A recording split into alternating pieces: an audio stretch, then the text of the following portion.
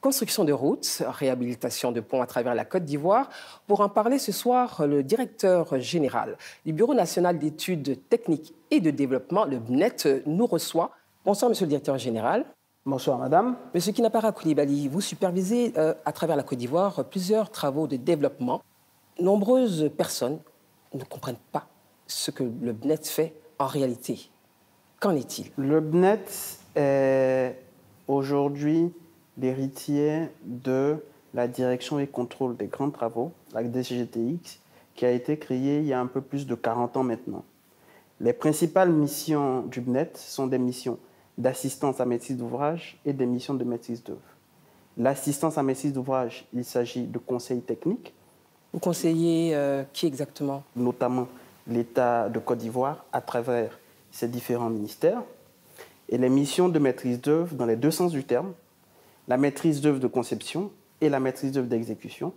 La maîtrise d'œuvre de conception, c'est-à-dire des études à différents niveaux d'avancement. Ça peut être des études préliminaires, des études sommaires, des études détaillées. Et la maîtrise d'œuvre d'exécution, c'est-à-dire le suivi et contrôle des travaux pour le compte d'un maître d'ouvrage. Pour être plus précis, c'est de s'assurer qu'une entreprise respecte le cahier des charges qui lui a été donné pour respecter la qualité, les délais et les coûts d'un projet. Comment vous suivez ces travaux et comment vous êtes sûr que ces travaux sont faits dans le respect des normes édictées? En ce qui concerne la maîtrise d'œuvre d'exécution, nous mettons en général sur les différents projets ce qu'on appelle une mission de contrôle.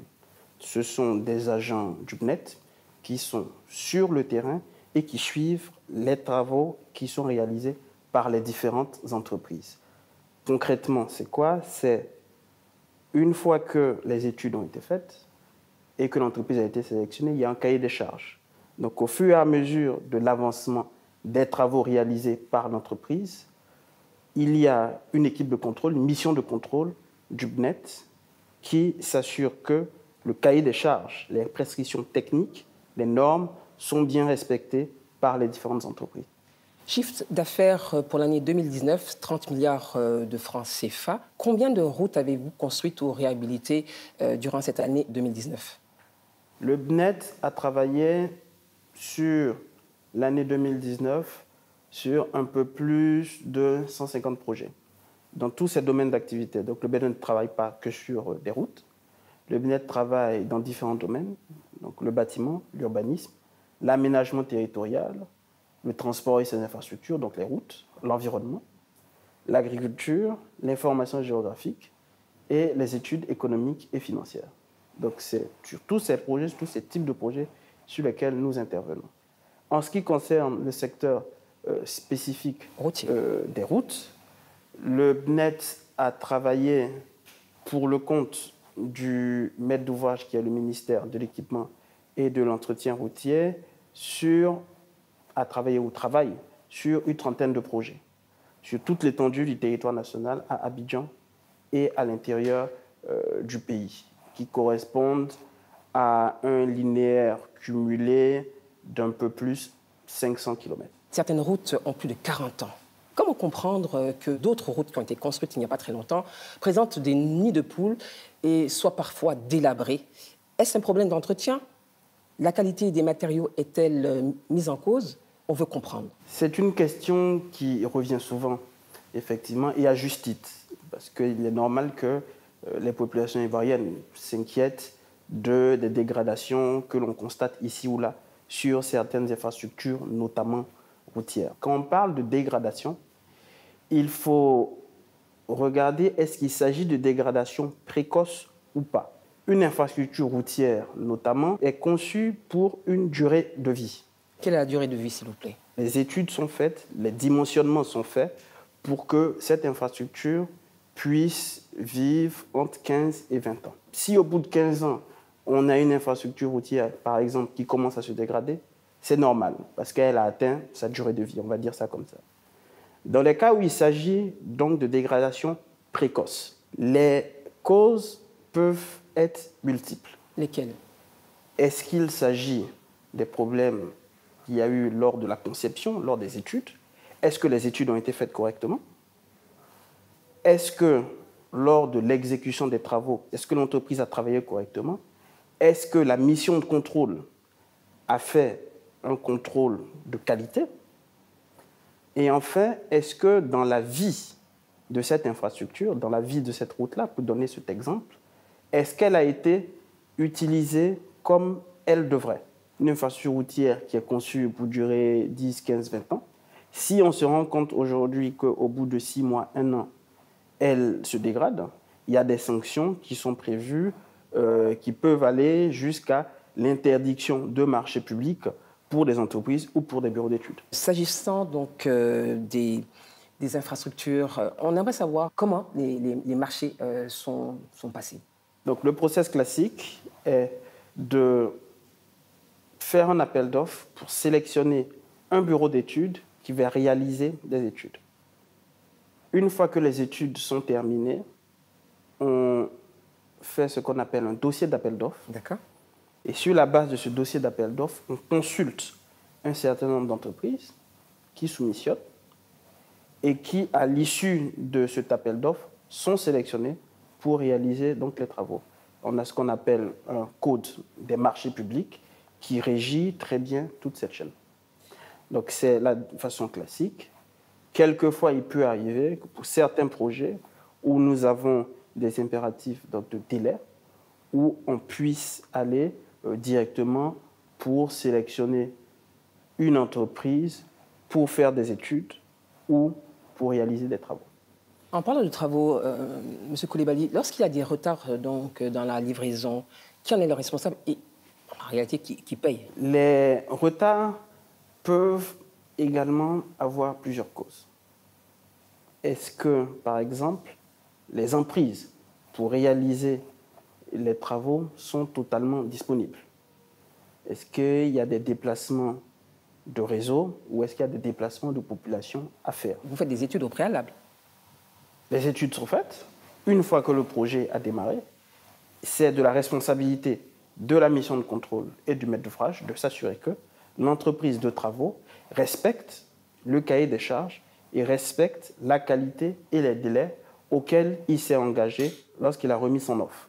Donc, lorsque cela n'est pas respecté et qu'il y a des délais, il y a des pénalités qui sont prévues dans son marché pour l'inciter à respecter les délais. Est-ce qu'on peut penser ou imaginer que certains de vos agents seraient peut-être sensibles à certaines faveurs que pourraient faire ces structures qui sont maîtres d'ouvrage en réalité de ces travaux que vous supervisez? Et aujourd'hui, on se retrouve avec ces routes qui sont dégradées. On ne comprend pas. Vous parlez de 15 ans de vie. Aujourd'hui, au bout d'1 an ou de 6 mois, on a des routes qui sont impraticables. En ce qui concerne le BNET, sur les projets sur lesquels nous intervenons, dans les projets sur lesquels nous sommes donc impliqués, certes, il y a le contrôle qui est fait par le BNET, mais nous sommes dans un environnement où il y a aussi donc, un représentant du maître d'ouvrage, donc qui est sur le terrain et qui s'assure que les travaux, les contrôles sont faits correctement. Quel est le mécanisme que vous avez mis en place en interne pour combattre ou prévenir la corruption? C'est un mécanisme à plusieurs niveaux, en externe et en interne. En externe, sur une mission de contrôle, avec l'entreprise, il y a aussi un représentant donc, du maître d'ouvrage. Ils sont tous corrompus. Au bout de 6 mois, par exemple, on va se rendre compte que quelque chose ne va pas. Au bout d'1 an, on va se rendre compte que quelque chose ne va pas. Les dégâts sont là.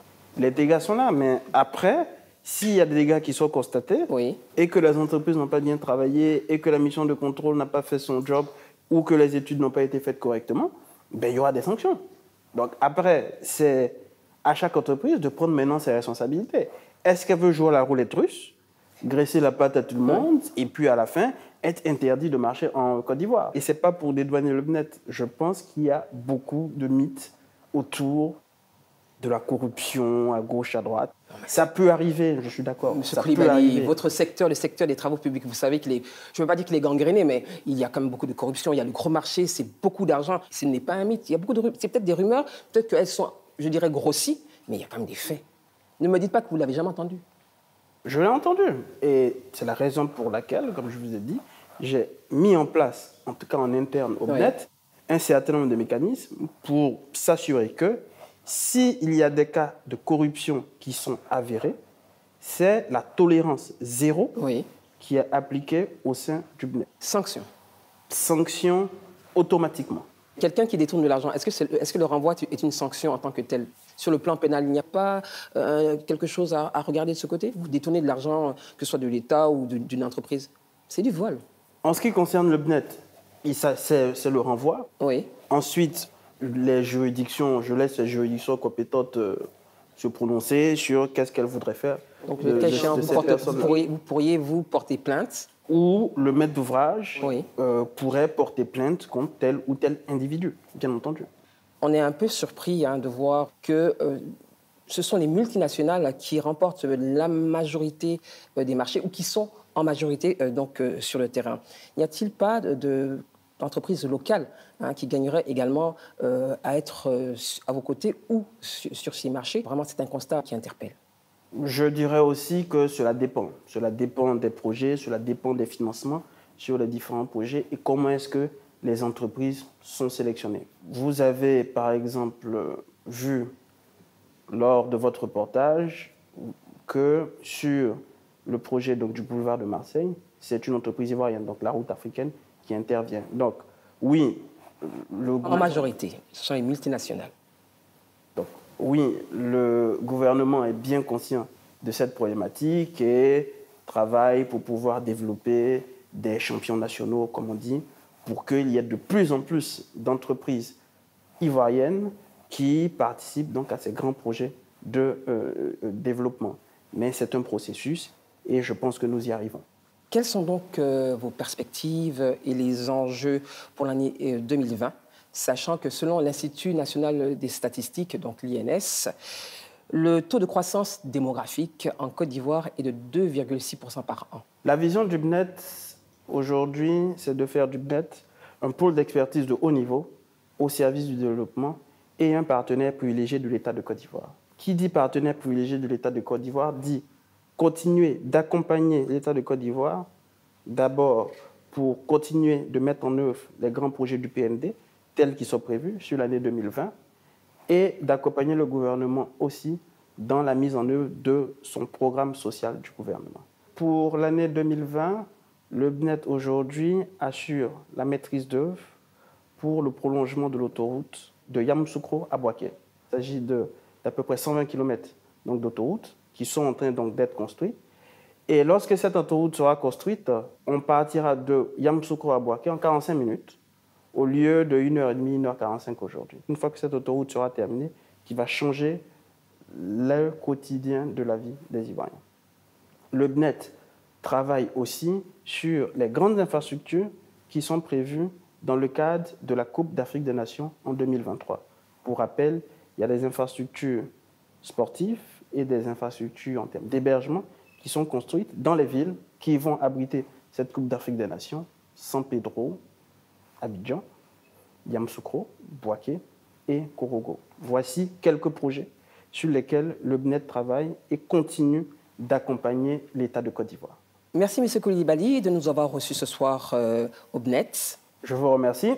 Et d'avoir contribué à expliquer le rôle que joue cette institution en Côte d'Ivoire.